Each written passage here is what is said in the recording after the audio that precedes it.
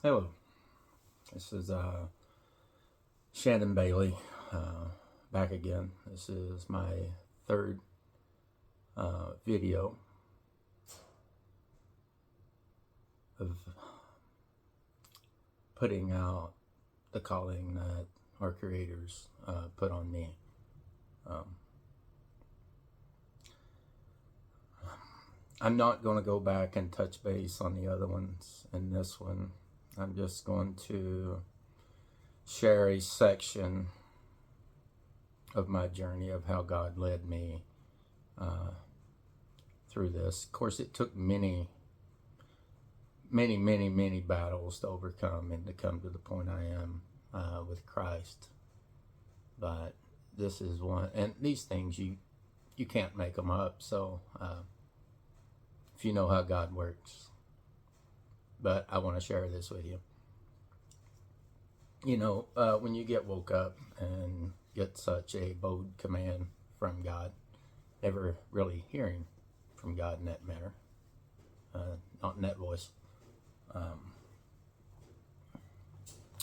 But you know, in the last video, I told you how he led me into Revelations, particularly Revelation 12, to show me where I'm at in his plan and in his calling. Now, I grew up in a religious household. My mother, I don't know of another angel that walked the earth that was any stronger or brighter than she was. 13 kids, all of us idiots, okay, complete idiots. Terrible. And I've never heard a bad word come out of her mouth about any of them, one to another, or about any other person upon this earth. That's who she was. She passed away. Let me get the Bible here. In 2023, October 28th, 2023. She had 37 grandchildren and 24 great-grandchildren. Big family. So her side of the family, siblings, there were double digits, and there were higher double digits on my dad's side. And where I'm at this current point in time, I am the older generation in the family.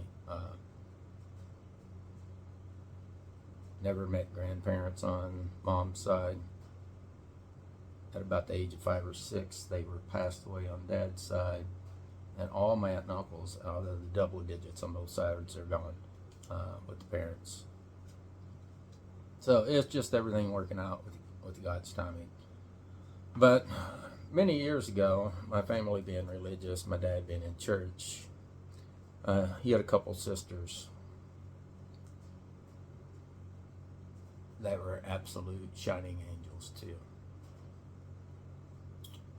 And I remember at one point when I was young, I didn't understand that, and I'm not sure I fully understand it at this point, but at some point I'll go and talk to God about it. But when I was young,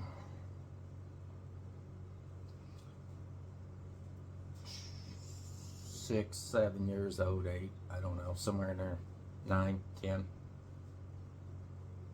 when Dad was in church, period there. I remember him telling Mom, it's just a little clip that stuck in the back of my mind, that God told him if he held the faith, he'd be able to raise the dead. Nobody understood that really.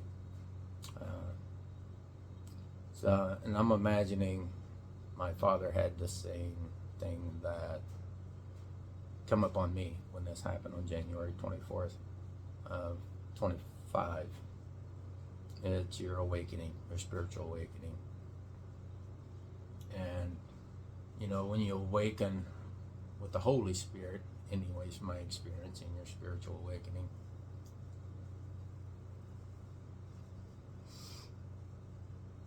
you it's quite the trip.